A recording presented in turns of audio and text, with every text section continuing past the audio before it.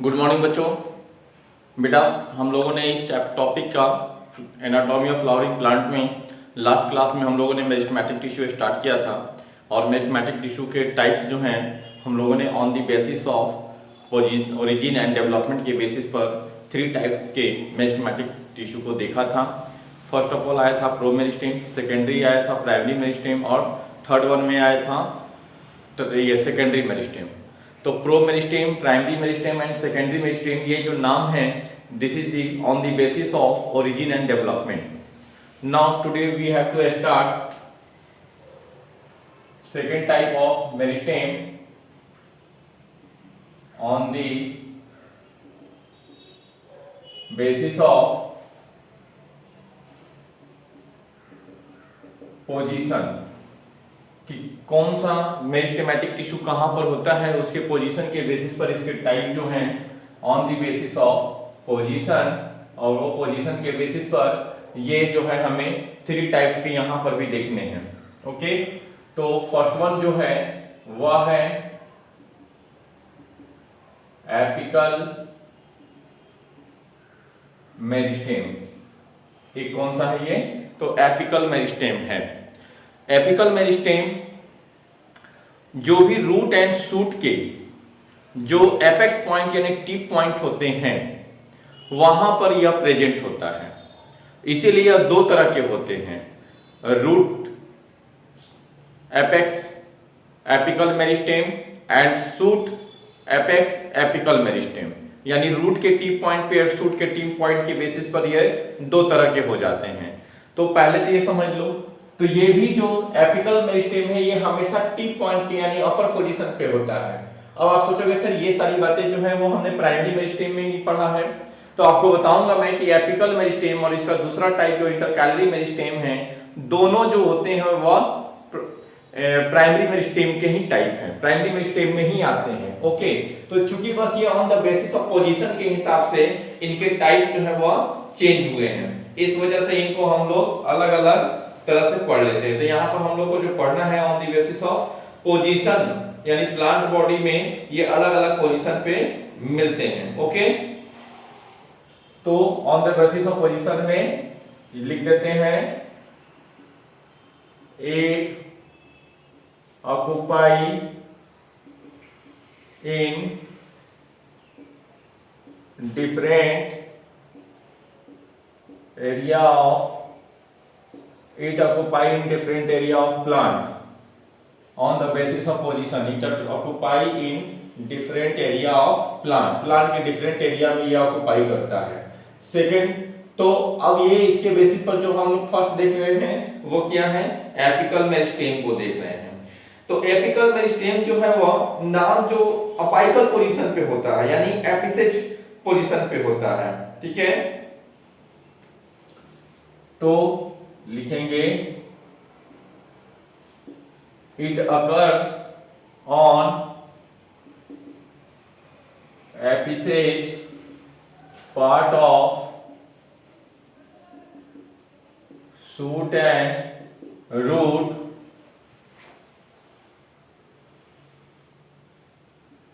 so this is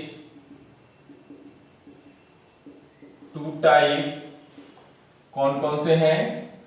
तो shoot apical meristem और दूसरा है रूट एपिकल मेरिस्टेम। तो जब रूट के एपिकल पोजीशन यानी कि टिप पॉइंट पे होगा तो उसे रूट एपिकल, और शूट के पोजीशन में इस तरह से होगा तो उसे शूट एपिकल मेरिस्टेम कहेंगे। यानी 2 अलग अलग ये मिल करके जो है वो अलग अलग टाइप में उसके पोजीशन के हिसाब से ये बटा हुआ है। ओके, रूट एपिकल मेरिस्टेम आपको बता चुके हैं हम लोग कि ये रूट के टिप पॉइंट पे और शूट के टिप पॉइंट पे होता है। Root apical occupy tip of root part and shoot apical occupy shoot apical occupy tip of shoot part. Okay, अब इसमें दो डायग्राम बना करके हम लोग देखते हैं कि रूट वाला में एपिकल पोर्शन में कहां पर और सूट के एपिकल पोर्शन में कहां पर होता है। तो चलिए आपको दो अलग अलग डायग्राम यहां पर समझाने के लिए मैं देता हूं। ये आपको एनसीईआरटी में भी डायग्राम मिलेगा, तो आपको थोड़ा सा ये डायग्राम को ध्यान में रखना पड़ेगा। चलिए, आप एनसीईआरटी से भी डायग्राम को बना सकते हैं या यहां से भी आप नोट डाउन कर सकते हैं। चलिए,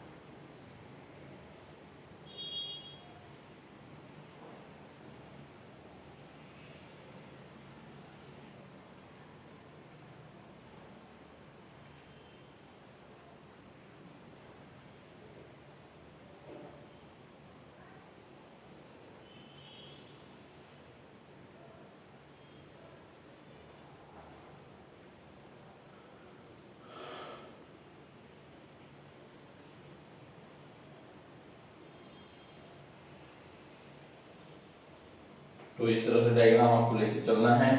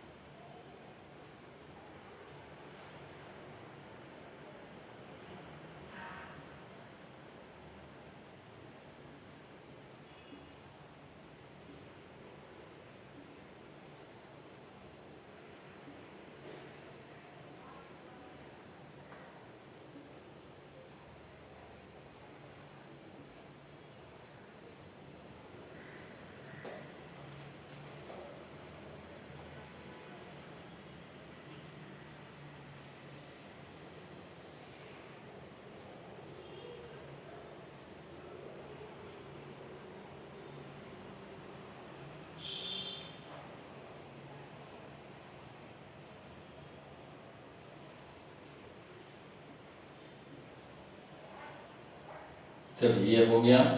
तो ये सेंट्रल सिलेंड्रिकल पार्ट है जिसको कहते हैं हम लोग central cylinder.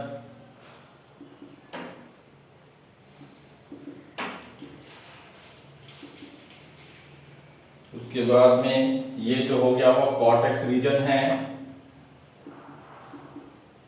This is cortex.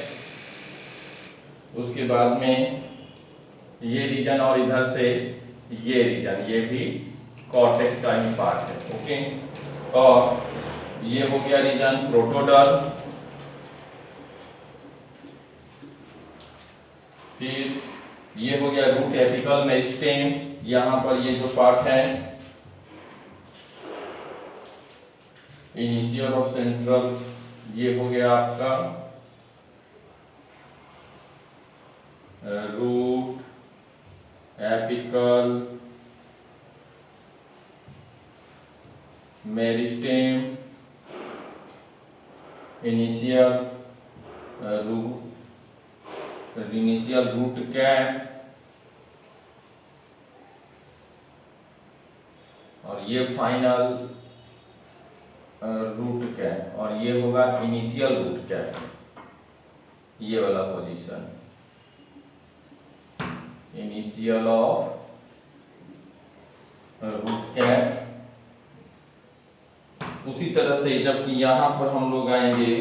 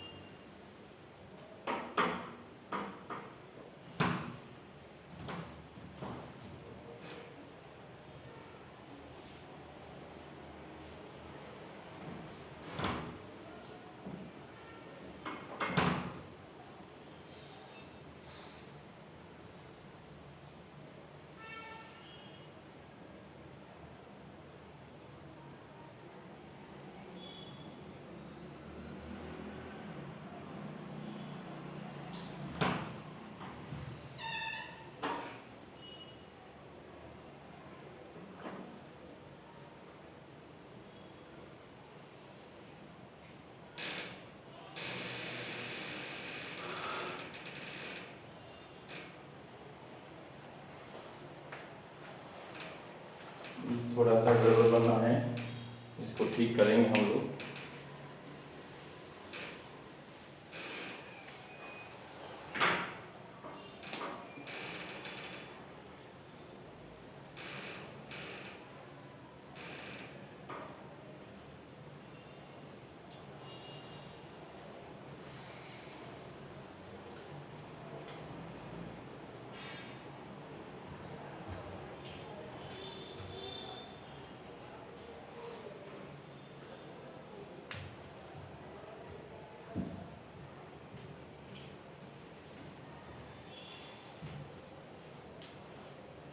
जी थोड़ा सही है।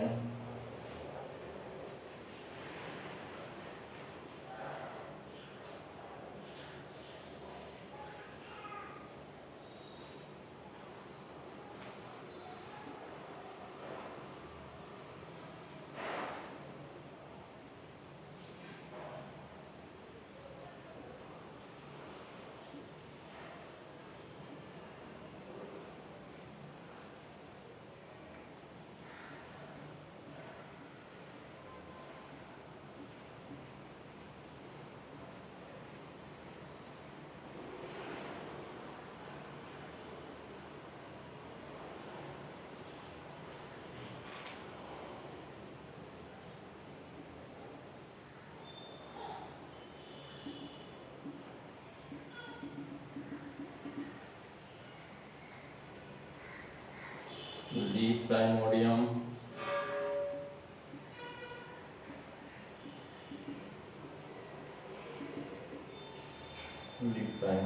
Suit apical meristem,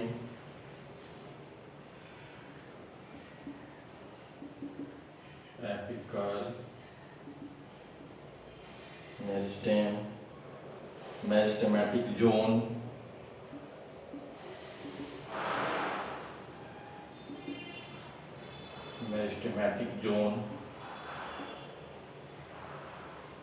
axillary bud,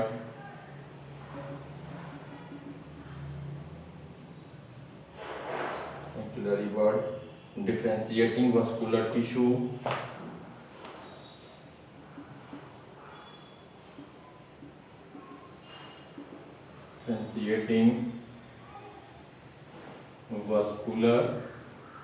देखिए एक तरफ ये जो पार्ट है इधर का वह है रूट का, यानी ये रूट के लिए है, और उधर का जो पार्ट है यानी ये कह सकते हैं आप लोग दिस इज ये रूट के लिए डायग्राम है, और ये जो है सूट के लिए है।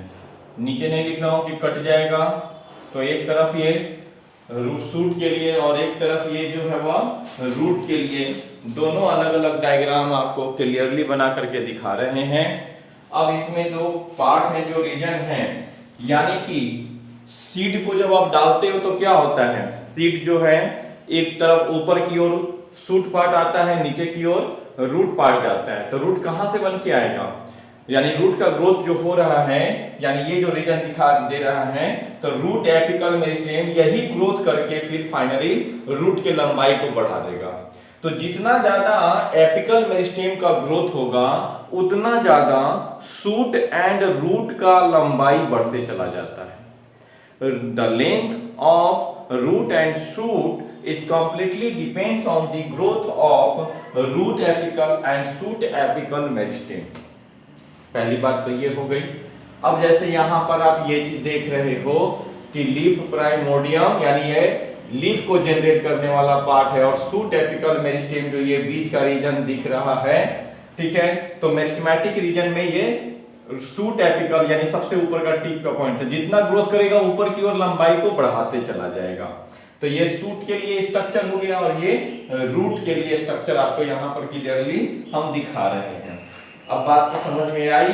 तो इसी तरह यानी कि एपिकल मेरिस्टेम का काम क्या है, तो एपिकल मेरिस्टेम का काम है increase the length of increase the length, चाहे रूट का या शूट का, यानी प्राइमरी ग्रोथ के लिए यह रिस्पॉन्सिबल होता है। फिर से जैसा प्राइमरी ग्रोथ तो आपने कल भी दिखाया था, तो आपको एक ही बात हम कह रहे हैं कि एपिकल मेरिस्टेम और intercalary meristem is the primary meristem. अगर कहीं पर कोई एपिकल मेरिस्टेम की जो बातें हैं, यानी वह एपिकल मेरिस्टेम क्या है, वह एक तरह से प्राइमरी मेरिस्टेम है, बस पोजीशन के बेसिस पर। क्यों? क्योंकि एपिकल और इंटरकैलरी मेरिस्टेम अर्ली स्टेज में आते हैं। जो अर्ली स्टेज में आता है उसको क्या कहते हैं, प्राइमरी, और जो आफ्टर द बिगिनिंग यानी लैटरल स्टेज में आता है उसको सेकेंडरी मेरिस्टेम। तो सेकेंडरी मेरिस्टेम का एग्जांपल जो है लैटरल मेरिस्टेम हम लोग देखेंगे। तो एक टाइप हम लोग देखें यहां पर एपिकल मेरिस्टेम को। ओके, तो एक एपिकल मेरिस्टेम, और एपिकल मेरिस्टेम में ही हम लोग को लिखना है कि एपिकल मेरिस्टेम का जो मेन प्राइमरी फंक्शन है, तो कहते हैं एपिकल मेरिस्टेम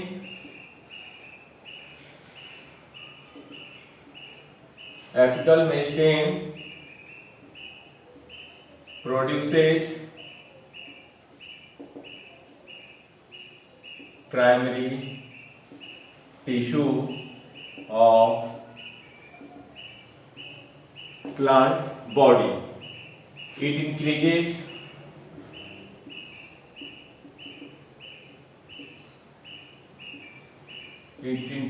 the length, यानी ये क्या इंक्रीज कराता है, तो ये लेंथ को इंक्रीज कराता है। It increases the length of root and shoot part. तो यानी कि ये रिस्पॉन्सिबल है कौन, apical meristem is responsible for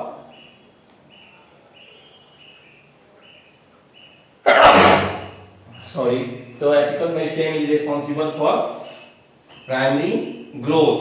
तो इसलिए यहां पर ये चीज लिख सकते हैं,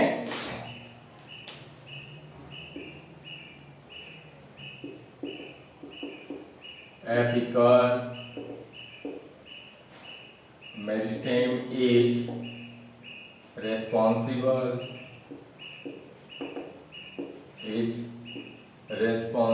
for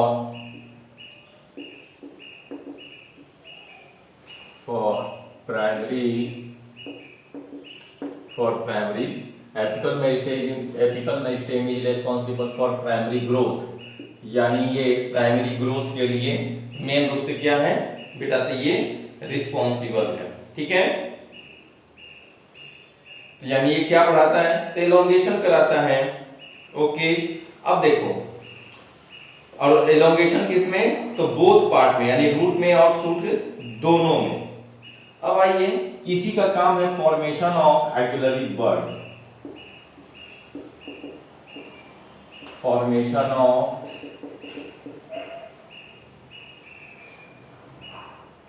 एक्जुलरी बर्ड।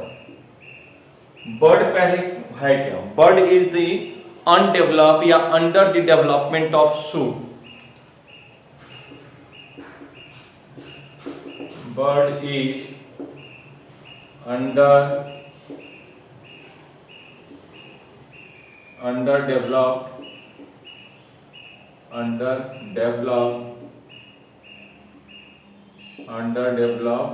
सूट, यानी अभी सूट बना नहीं है, लेकिन सूट के डेवलपमेंट से पहले वाला स्टेज यानी सूट बनेगा, तो जो बर्ड होते हैं तो bird is under developed shoot होते हैं वो। यही जो है वो अपना ग्रोथ करके वो क्या करता है, आगे के कोई दूसरा ब्रांच या दूसरा पार्ट में डिवाइड होकर के नंबर को यानी एलोंगेशन कराएगा स्टेम का। Okay,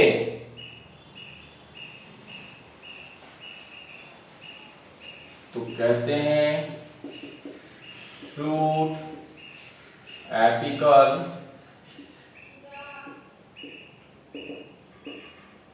meristem continuously divide to increase length। Shoot apical meristem जो होगा वही कंटिन्यूअसली डिवाइड करके क्या करेंगे, अपने लेंथ को बढ़ा लेंगे। ओके, यानी number of elongation of stem को बढ़ाएंगे, इंक्रीज लेंथ या एलोंगेशन ऑफ या number of elongation of stem. तो number of elongation of stem यानी स्टेम के नंबर को बढ़ाएंगे या स्टेम के साइज को बढ़ा लेंगे। Okay,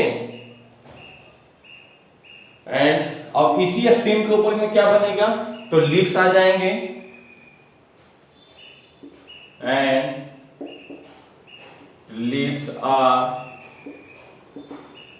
forming on them. तो जो स्टेम का ग्रोथ हुआ है leaves are forming on them.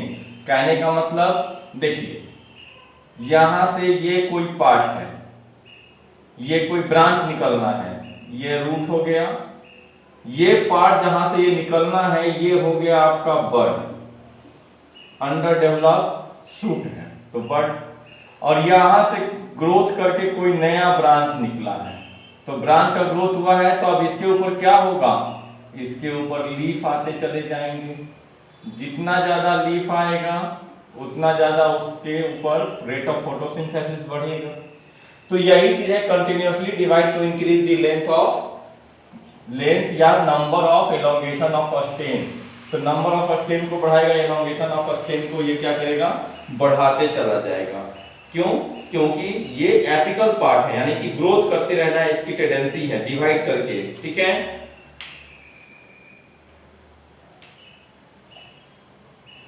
अब देखो कुछ ऐसे पार्ट होते हैं जो डिवाइड करके, कुछ पार्ट कंटिन्यूअसली डिवाइड करते हैं, कुछ पार्ट रह जाते हैं, रिमेनिंग रह जाएंगे। तो जो रिमेनिंग रह जाएंगे, जो लीव्स नहीं बन पाए हैं, तो वहां पर होते हैं एक्सिलरी बर्ड। उसी को क्या कहेंगे हम लोग, एक्सिलरी बर्ड कहते हैं। ओके, तो यहां तक पहले ये बात आप समझ गए, यानी जो पार्ट एलोंगेशन के बाद रिमेनिंग जो रह जाते हैं, some cell left behind from shoot. अब आइए, some cell left behind from shoot. तो ये जो शूट पार्ट है इसके कुछ सेल जो है वो बिहाइंड रहेंगे, यानी ग्रोथ नहीं किए या वहां से नया लीफ का जनरेशन या ग्रोथ ज्यादा नहीं करवा पाया है वहां पर, तो उसी पार्ट में यानी कि some cell left behind from shoot apical meristem behind from shoot apical meristem. तो शूट एपिकल मेरिस्टेम का जो कुछ पार्ट जो है वह लेफ्ट रह गया है, यानी वो फर्दर ग्रोथ वहां पर नहीं करा पाया है in the axil of leaf. और कहां पर, in the axil of leaf. तो जो एक्सिल ऑफ लीफ के इस पार्ट में यहां पर जो रह गया है, in the axil of leaf and constitute the axillary bud. Axil of leaf कर लीजिए, leaf and constitute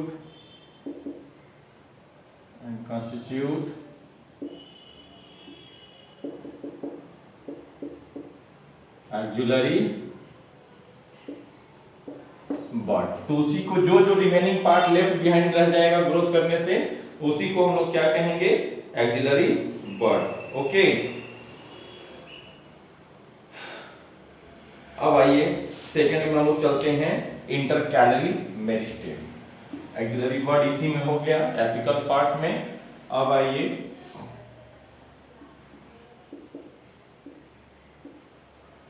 inter calorie meristem. Apical meristem हमारा ए था और ये बी हो गया इंटर कैलरी मेरिस्टेम। आपने कभी नोटिस किया है कि जो ग्रास होते हैं उस घास को ग्रेजिंग एनिमल, बकरी गाय चरते हैं, ग्रेज करते हैं और कुछ दिन के बाद वो घास दोबारा से आ जाता है। ऐसा क्यों? क्योंकि उसके पास इंटर कैलरी मेरिस्टेम होता है। तो intercalary meristems are mainly present on the monocot, या खास करके ग्रास में या राइस में। तो मोनोकॉट में खास करके इंटर कैलरी मेरिस्टेम हमें देखने को मिलता है, जो घास को या ग्रासेस में जो ग्रेजिंग एनिमल के ग्रेज करने के बाद उनका फर्दर ग्रोथ करा देता है।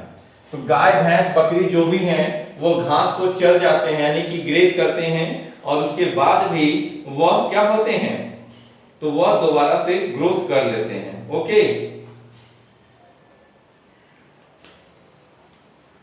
तो कहते हैं these मेरिस्टेम आर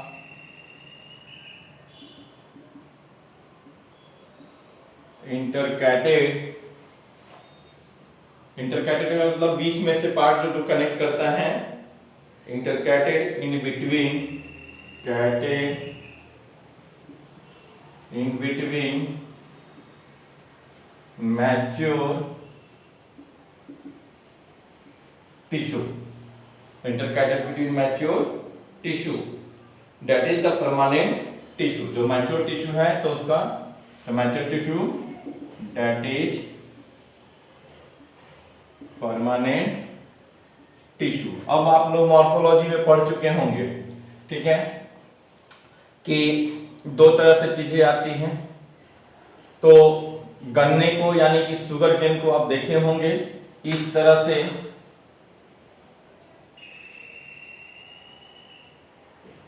ठीक, ये रीजन अलग है, ये रीजन अलग है, दोनों के बीच का ये रीजन अलग होता है। तो कहता है कि जो इंटरकैटेड पार्ट जो है, यानी कि जो मैच्योर टिश्यू है, उनके बीच में यह इंटरकैलरी मेरिस्टेम जो है वह प्रेजेंट होता है। ठीक है, इंटरकैलरी मेरिस्टेम वहां पर प्रेजेंट होता है। अब आइए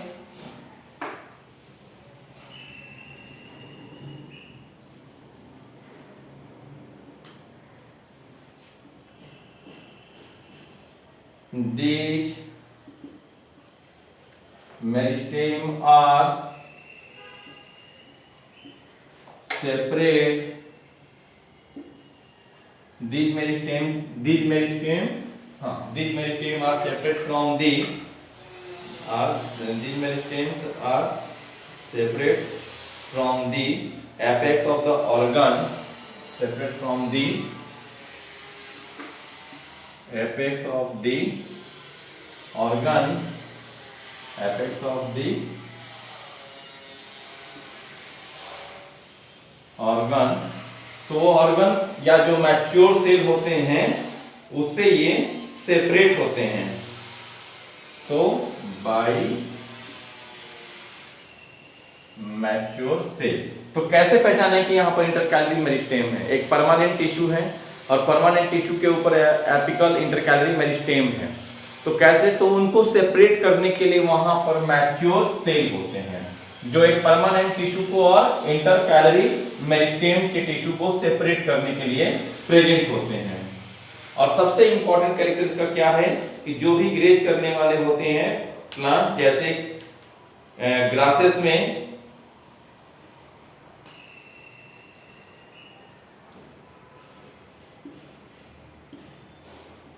intercalary found in grasses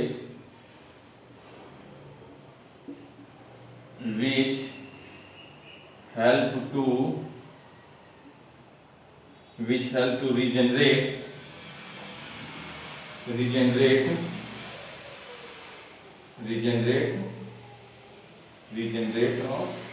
which help to regenerate the part of regenerate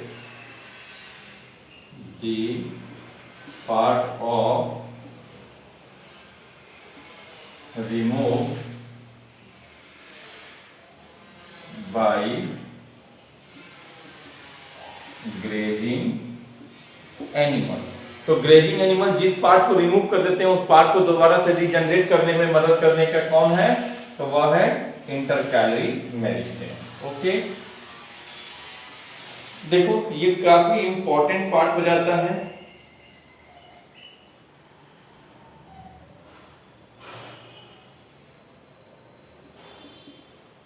it also help to erect, it also help to erect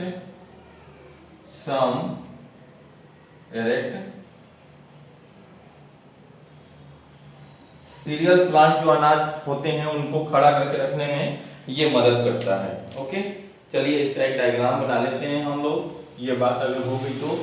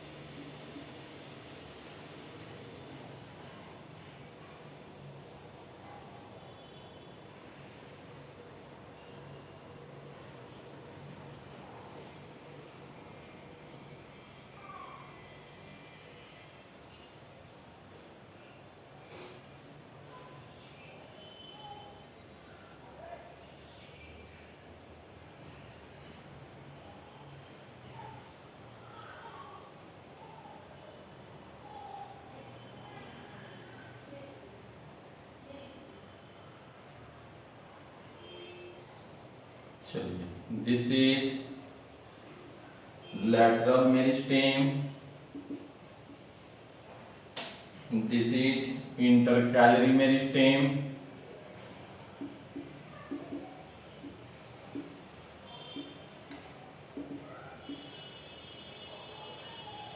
और दिस इज एपिकल मेरिस्टेम। ठीक है, तो तीनों मेरिस्टेम आपको यहाँ पर जो है वह दिखा रहे हैं, लैटरल, इंटरकैलरी और एपिकल मेरिस्टेम। तो थर्ड वन पार्ट जो हम लोग यानी कि हम लोगों ने एपिकल देखा, इंटरकैलरी देखा, अब लास्ट हम लोगों को क्या देखना है, तो लैटरल मेरिस्टेम को देखना है। तो तो लैटरल मेरिस्टेम जो होते हैं वो लास्ट में, यानी कि जैसे सेकेंडरी मेरिस्टेम में जो बातें हमने आपको लिखाया था वही चीज यहां पर होगा। लेकिन उसके पहले आप एक पॉइंट कर लीजिए कि एपिकल मेरिस्टेम एंड उसके साथ साथ जो intercalary meristem are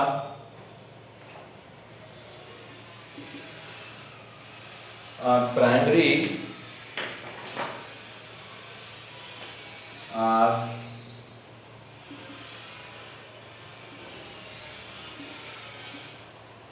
primary meristem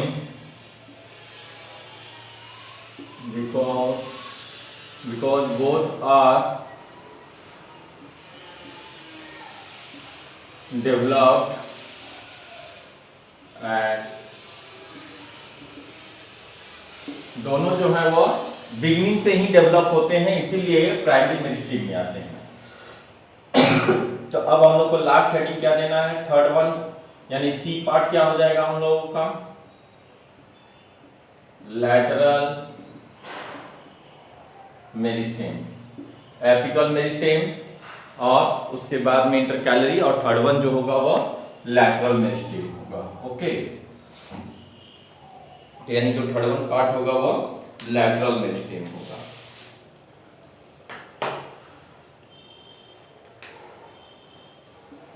तो ये प्लांट के लैटरल साइड में होते हैं। लैटरल साइड कहने का मतलब खास करके ये सेकेंडरी ग्रोथ के लिए रिस्पॉन्सिबल होते हैं, यानी कि जो वुडी एक्सिस होता है उनके लैटरल साइड में प्रेजेंट होते हैं। तो this meristem is occurs on lateral side of this meristem is occurs on lateral side of root, lateral side of plant, that is lateral side of root and shoot। तो plant के root के lateral, और यानी root और shoot के lateral side में जो meristem होते हैं वही है लैटरल मेरिस्टेम। इसका नाम इसीलिए पड़ा है लैटरल मेरिस्टेम। ओके, कहते हैं they do not occurs in all plant। ये सभी प्लांट में होंगे ऐसा कोई जरूरी नहीं है, तो ये सभी प्लांट में नहीं हो सकते हैं।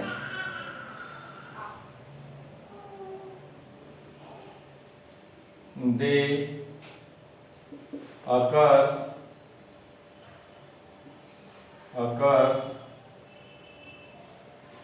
only in woody axis, यानी ऐसे प्लांट में होगा जिस प्लांट में बड़े मोटे वुड जो होते हैं, यानी वुडी प्लांट जो होते हैं उसमें यह प्लांट हमें ये मेरिस्टेम हमें देखने को मिलता है। ठीक है, वुडी एक्सिस प्लांट और या और so secondary growth, secondary growth. तो एक बात क्लियर याद रखो कि अगर किसी प्लांट में वुड है, मोटा बड़ा वुडी प्लांट अगर है तो उसमें सेकेंडरी ग्रोथ होगा ही। राइस के प्लांट में, वीट के प्लांट में, ग्रास में, बम्बू में, शुगर केन में, इस सब में सेकेंडरी ग्रोथ नहीं मिलता है। देखो उनके बहुत मोटे गर्थ नहीं होते हैं, लेकिन पीपल में, मैंगो में, बनियान में, ये सब प्लांट में सेकेंडरी ग्रोथ देखने को मिलता है। तो सेकेंडरी ग्रोथ यानी जो वुडी प्लांट है खास करके, तो सेकेंडरी ग्रोथ, तो जहां पे वुडी प्लांट है वहीं पर सेकेंडरी ग्रोथ होगा, जहां पे सेकेंडरी ग्रोथ होगा वहां पे लैटरल मेरिस्टेम मिलेगा। तो इसीलिए यानी कि ये कहां पर मिलेगा, तो जहां पर लैटरल यानी वुडी या लैटरल या सेकेंडरी ग्रोथ हो रहा है। ओके, कहते हैं जैसे सेकेंडरी मेरिस्टेम क्या था, वो लैटर स्टेज में आता था, उसी तरह ये these are not present at the beginning, part, ये बिगिनिंग ऑफ द लाइफ, यानी प्लांट के बिगिनिंग स्टेज में यह कहते हैं these are not present at beginning of these are not present at the beginning of life in plant. Plant के beginning life में generally या प्रेजेंट नहीं होता है. ओके, तो that is they appear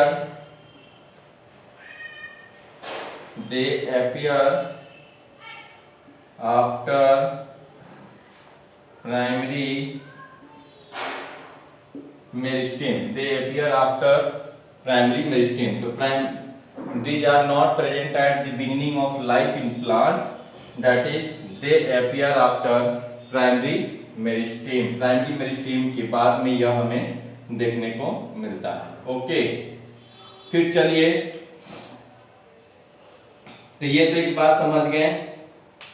the lateral meristem जो है वह सिलेंड्रिकल मेरिस्टेम है.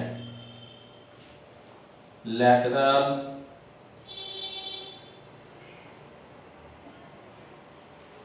Meristem is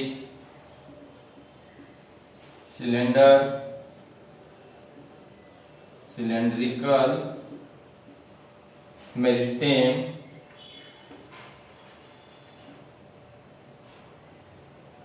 because they divide radial direction, यानी कि ये रेडियल पोजीशन से डिवाइड करता है. Because they divide radial direction. ठीक, अब आइए कुछ एग्जांपल हैं लैटरल मेरिस्टेम के. यहां तक अगर बातें आपने लिख ली हैं, चलिए. तो generally lateral meristems are the secondary meristem. जैसे वहां पर एपिकल और इंटरकैलरी जो है वो प्राइमरी मेरिस्टेम था, उसी तरह lateral meristems are the generally, तो कहते हैं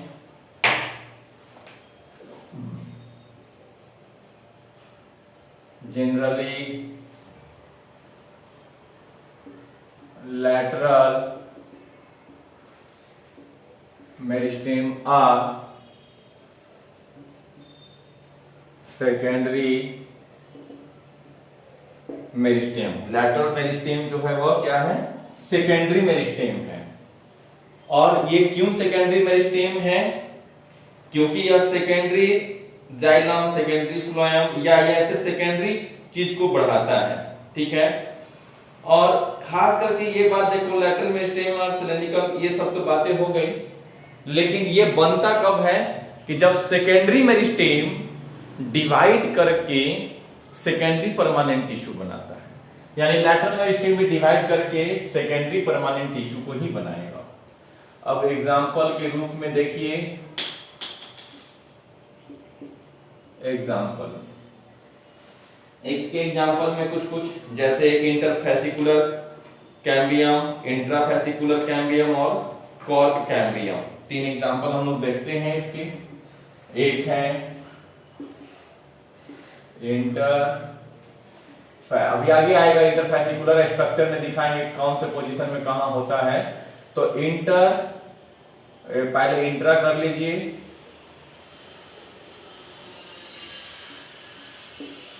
intrafascicular cambium, intrafascicular cambium. Intrafascicular cambium ये कहाँ है?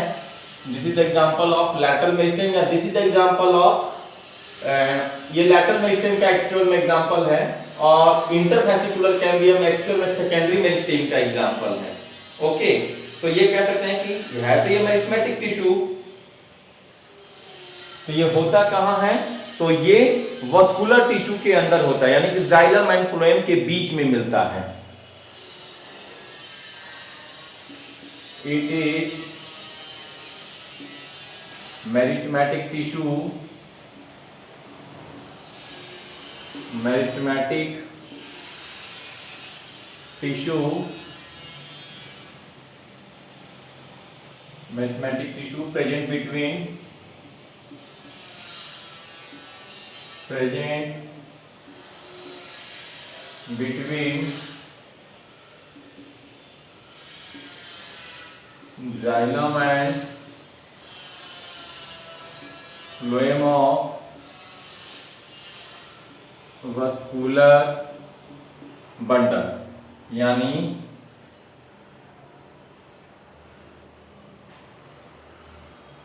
देखिए, आपको समझाने के लिए यहाँ पर इस तरह से कुछ बना देता हूं मैं। मान लो कि ये एक तरफ क्या है, ये बेटा जाइलम है, और इधर क्या है, तो इधर फ्लोएम है। और जाइलम एंड फ्लोएम मिल करके क्या कहलाते हैं, वस्कुलर टिश्यू। ये वस्कुलर बंडल हो गया, ठीक है। ये हो गए जाइलम और फ्लोएम मिलकर के वस्कुलर बंडल, और इनके बीच में इस तरह से कोई एक ये पार्ट है, इसको कहते हैं इंट्रा फैसिकुलर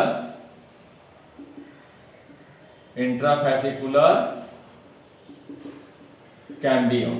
इंट्राफैसिकुलर कैम्बियम ही सेकेंडरी जाइलम और सेकेंडरी फ्लोएम को बनाने का काम करता है।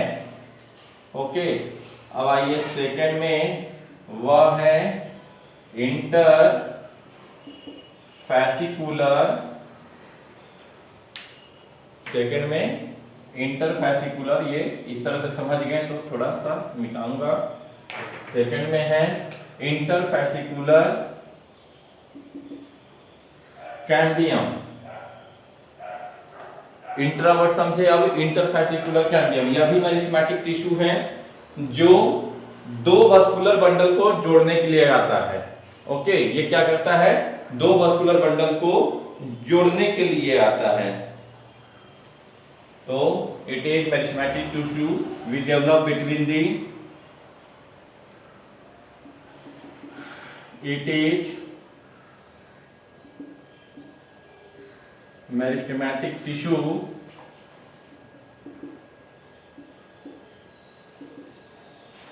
which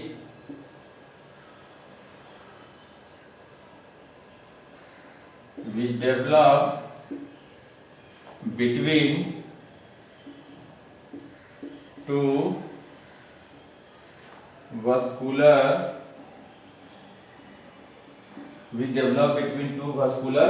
bundle, यानी जो दो वस्कुलर बंडल के बीच में डेवलप होता है। Okay, we develop between vascular bundle, उसी को कहते हैं इंटरफैसिकुलर कैम्बियम। अब थर्ड में आइए, वह है कॉर्क, यानी इसका भी एक डायग्राम बना के समझा देता हूं मैं। देखो,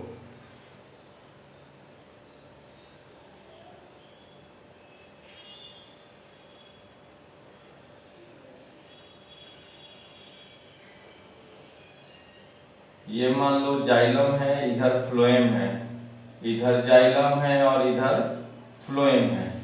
तो ये जिस पार्ट से इस तरह से अटैच रहेगा, इस तरह से बहुत सारे रहेंगे, तो यहाँ पर ये वस्कुलर बंडल को और इस वस्कुलर बंडल को, या ये जाइलम और ये फ्लोएम है बेटा, तो यह एक वस्कुलर बंडल है, ये दूसरा वस्कुलर बंडल है। दो वस्कुलर बंडल को आपस में जोड़ने के लिए यहाँ पर जो ग्रोथ हुआ है, इसी को कहते हैं इंट्राफैसिकुलर cambium. Intrafascicular cambium, sorry इंटरफैसिकुलर cambium, ये जो लिखे हैं। तो दो वस्कुलर बंडल को जोड़ने के लिए, यानी ये दोनों को के बीच में होता है। अब आइए थर्ड वन हम लोग देखते हैं, ये डायग्राम देख लिए इसका भी। अब थर्ड वन है कॉर्क कैम्बियम, ठीक है। तो कॉर्क कैम्बियम या लैटरल मेरिस्टेम है,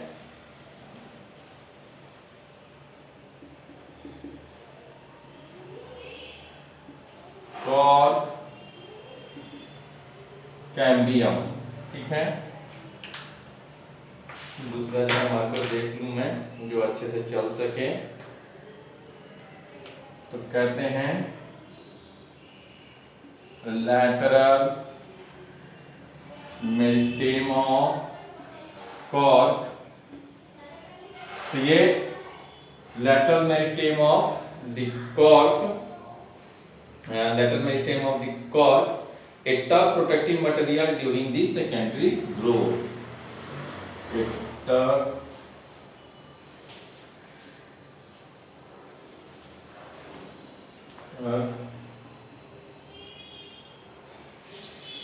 protective material, a tough protective material during the growth। यह एक तक प्रोटेक्टिव मटेरियल है जो ग्रोथ के टाइम पर आता है। ओके, तो यहाँ तक ये लैटरल कॉर्क कैम्बियम ही सेकेंडरी जाइलम सेकेंडरी फ्लोएम को बनाने में मदद करता है। ओके, तो ये सब अभी बातें अभी बहुत बार आगे आएगी। अब चलिए यहां तक की बातें हो गई, तो on the basis of position हम लोगों ने देख लिया एपिकल मेरिस्टेम और साथ ही साथ तो पोजीशन के बेसिस पर भी हम लोगों ने 3 तरह का देखा, ओरिजिन एंड डेवलपमेंट के बेसिस पर हम लोगों ने देख लिया। ओके, अब देखिए तो पोजीशन के बेसिस पर and on the basis of growth and development के बेसिस पर, तो ये 3 तरह से हम लोगों ने आपका ये जो मेरिस्टेम है वो देखें। अब कुछ थ्योरी के बारे में हम लोगों को जानना है। तो थ्योरी से रिलेटेड जो बातें हैं, यहाँ पर 2 तरह के ऑर्गेनाइजेशन है, shoot apex organization and root apex organization. तो कहते हैं there are 2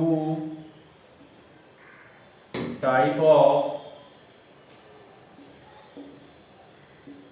organization। कौन कौन? एक है शूट एपेक्स, यानी शूट कैसे बना और रूट कैसे बना, इससे रिलेटेड जो बातें हैं उसके लिए 2 तरह का ऑर्गेनाइजेशन है। तो एक है शूट एपेक्स ऑर्गेनाइजेशन और बी में है रूट एपेक्स ऑर्गेनाइजेशन। तो ये 2 अलग अलग ऑर्गेनाइजेशन को हम लोगों को समझना होगा थोड़ा। ओके, ये 2 अलग अलग ऑर्गेनाइजेशन की बातों को हम लोगों को समझना है। थोड़ा सा मुझे इंक डालना पड़ेगा अपने मार्कर में।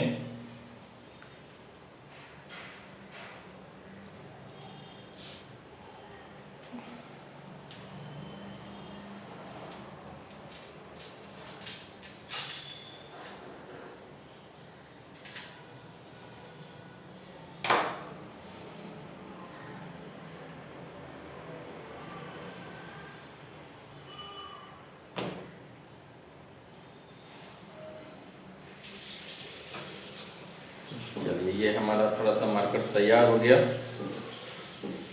ओके, जो मार्कर हमारा रेडी है, तो हम लोगों को इससे रिलेटेड बातें जो हैं अब ए में चलेंगे। Shoot apex organization. तो कहते हैं many theory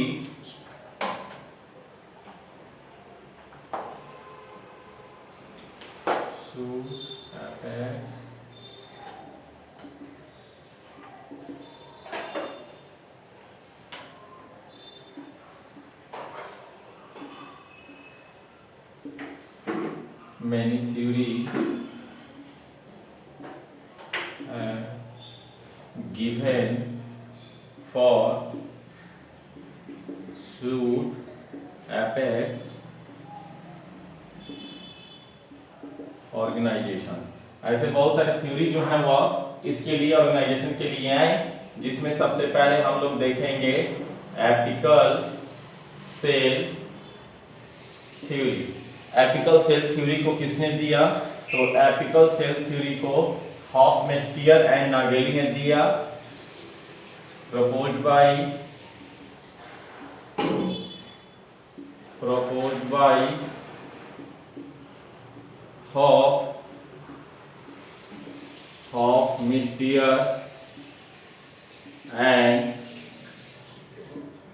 हॉफमस्टर and Nageli, a single apical Hofmeister and Nageli, इन दोनों ने दिया था। अब इसके अनुसार क्या कहता है, तो ये कहता है एक single apical cell lead to develop, एक सिंगल एपिकल सेल वो लीड करता है एंटायर प्लांट बॉडी के ग्रोथ के लिए, and this theory is applicable on algae, bryophyta and pteridophyta, because it is not applicable on gymnosperm and angiosperm. क्यों, तो according to this theory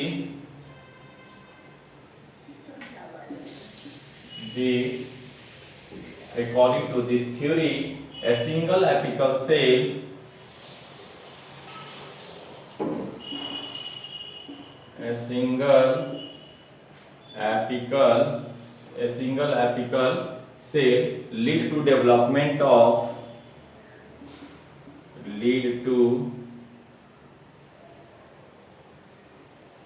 lead to development of entire plant body, entire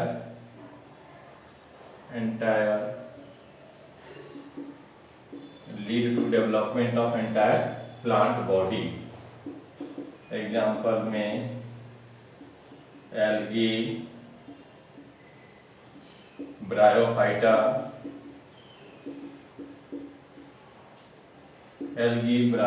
ट्रिडोफाइटा, ये सब जगह पे आते हैं। Second theory जो है इसके लिए वह है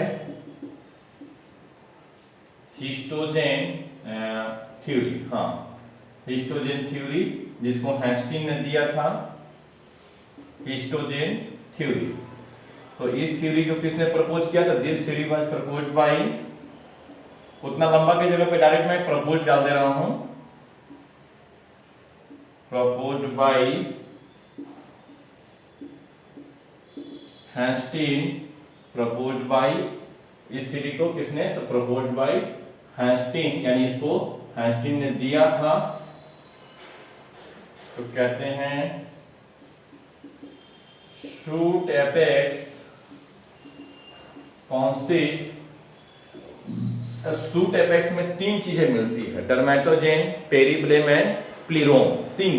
तो यही यहां पर वही चीज लिखा हूं मैं कि शूट एपेक्स कॉन्सिस्ट, अब क्या क्या उसमें होते हैं, शूट एपेक्स कॉन्सिस्ट फॉलोइंग हिस्टोजेन, उसको चलो ऐसे भी कर सकते हैं, फॉलोइंग हिस्टोजेन, ठीक है। तो एक में, फर्स्ट में, या ए पॉइंट कर लेते हैं इसको हम लोग, ए पॉइंट में एक है डर्मेटोजेन। अब डर्मेटोजेन क्या है, dermatogen responsible for the outer part of the plant, यानी प्लांट का जो आउटर स्किन पार्ट है वो, यानी एपिडर्मिस, ठीक है, आउटर मोस्ट लेयर डर्मेटोजेन, तो इट फॉर्म एपिडर्मिस। तो ये क्या है, outer most layer, it forms epidermis and epidermal tissue system. कहने का मतलब बेटा, जो हैस्टिंग ने हिस्टोजेन थ्योरी दिया, इनके अनुसार जो प्लांट बॉडी है वह तीन हिस्टोजेन से मिलकर बनी है। हिस्टोजेन का मतलब जो डिवाइड करने वाला प्लांट का पार्ट है, एक पार्ट का नाम, यानी पहला पार्ट है उसका नाम है डर्मेटोजेन। डर्मा वर्ड कहीं पर आता है तो स्किन, स्किन क्या होता है, हमारे बॉडी का भी आउटर मोस्ट पार्ट है, तो उसी तरह प्लांट का डर्मा वर्ड आया है, यानी डर्मेटोजेन, यानी कि आउटर मोस्ट पार्ट, उसी को हम लोग प्लांट के उस आउटर मोस्ट लेयर को हम लोग कहते हैं एपिडर्मिस। हम लोग टिश्यू सिस्टम तीन तरह के पढ़ेंगे, एपिडर्मल टिश्यू सिस्टम और vascular tissue system and central tissue system, यानी कि एक आउटर मोस्ट पार्ट जो है वो तो उसको कहते हैं एपिडर्मल टिश्यू सिस्टम, ठीक है ना। तो देखिए एपिडर्मल यानी कि epidermal tissue system and vascular tissue system के अलावा प्लांट में जितना भी होता है उसको ग्राउंड टिश्यू सिस्टम कहते हैं। तो तीन चीज पढ़ेंगे, ETS, VTS and GTS. ETS का मतलब एपिडर्मल टिश्यू सिस्टम, जीटीएस का मतलब ground tissue system and VTS का मतलब वास्कुलर जाइलम एंड फ्लोएम वाला पार्ट। वो अभी आगे की टॉपिक वही है, वो सब हम करेंगे। तो यहाँ पर पहला जो हिस्टोजेन है वो कह रहा है डर्मेटोजेन, और डर्मेटोजेन आउटर मोस्ट लेयर है, it form epidermis and epidermal tissue system. B part यानी एक तो डर्मेटोजेन हो गया, तो दूसरा पार्ट जो है वो है पेरिप्लेम, ठीक है। तो ये पेरिप्लेम, दूसरा हिस्टोजेन क्या है, पेरिप्लेम। तो ये कहता है it gives rise to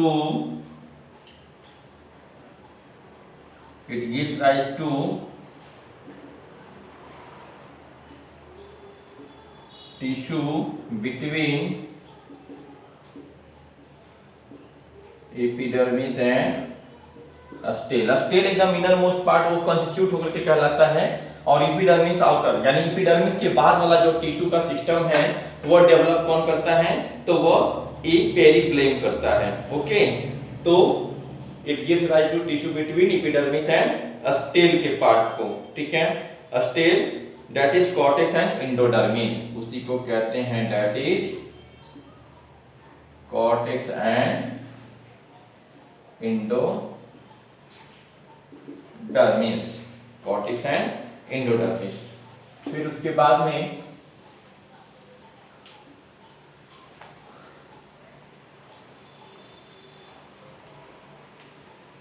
apical cell theory हुआ, ठीक। और फिर लास्ट का पेरिप्लेम और प्लीरोम। थर्ड वाला पार्ट क्या है, तो थर्ड वाला पार्ट है बेटा प्लीरोम के बारे में। ओके, प्लीरोम क्या कहता है, तो इनर मोस्ट लेयर है, तो central mass of cell which gives rise to central stele. तो inner most layer, inner most layer gives rise to central stage, ठीक है, इनर मोस्ट लेयर, ठीक है। तो तीसरा पार्ट जो है ये बना करके सेंट्रल स्टेल दे दिया। ओके, अब थर्ड थ्योरी जो है वो एक एपिकल सेल थ्योरी, दूसरा हिस्टोजेन थ्योरी, और थर्ड थ्योरी जो है वो third theory tunica corpus theory. Tunica corpus theory, tunica corpus theory. Tunica corpus theory जो है वो किसने दिया था, श्मिट ने दिया था, SHMIT, श्मिट ने। लिख देता हूं, प्रपोज्ड बाय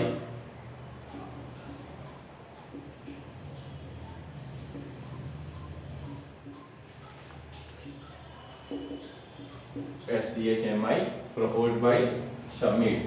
तो ये साइंटिस्ट का नाम श्मिट था जिन्होंने इस थ्योरी को दिया। तो shoot apex consist to distinct layer, कहते हैं shoot apex consist, shoot apex consist to distinct layer, shoot apex consist to distinct layer. और वो लेयर कौन कौन से, एक का नाम टूनिका तो दूसरे का नाम corpus. Two distinct layer that is, एक का नाम है टूनिका। तो single layer form epidermis, single layer forms epidermis, और सेकंड में क्या है, corpus, single layer form epidermis, और represent central core with, represent central core with, थोड़ा मिटा रहा हूं मैं एपिकल सेल थ्योरी के पार्ट को।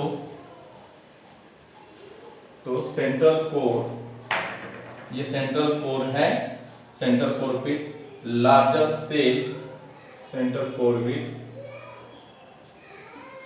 Larger cell, cell divide in all plane, cell divide in all plane, cell जो है वो सभी प्लेन में डिवाइड करता है। ओके, यानी एक प्लेन में नहीं, सेल सभी प्लेन में डिवाइड कर सकता है।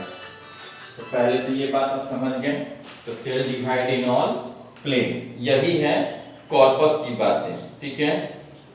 तो दो तरह की चीजें हैं cell divide in all plane, यानी periclinal and anticlinal, that is periclinal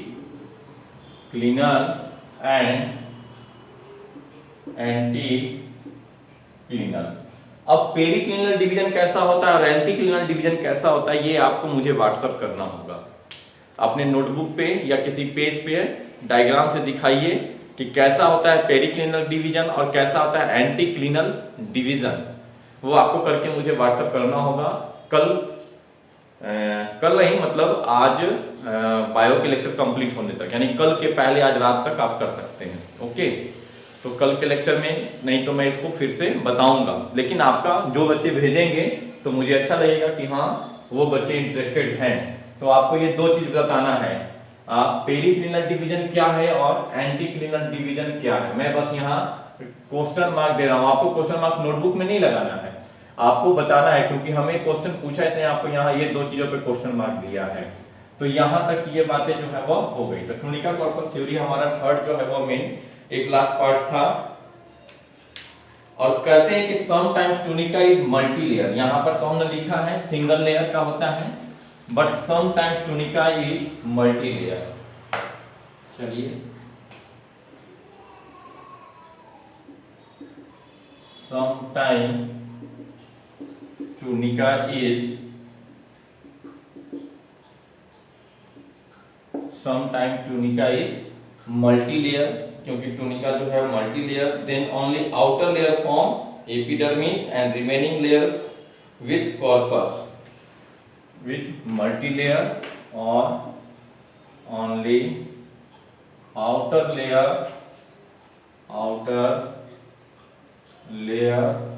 forms epidermis and remaining forms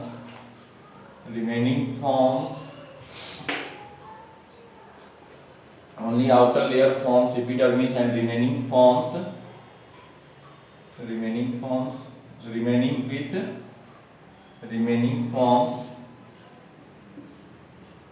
cortex.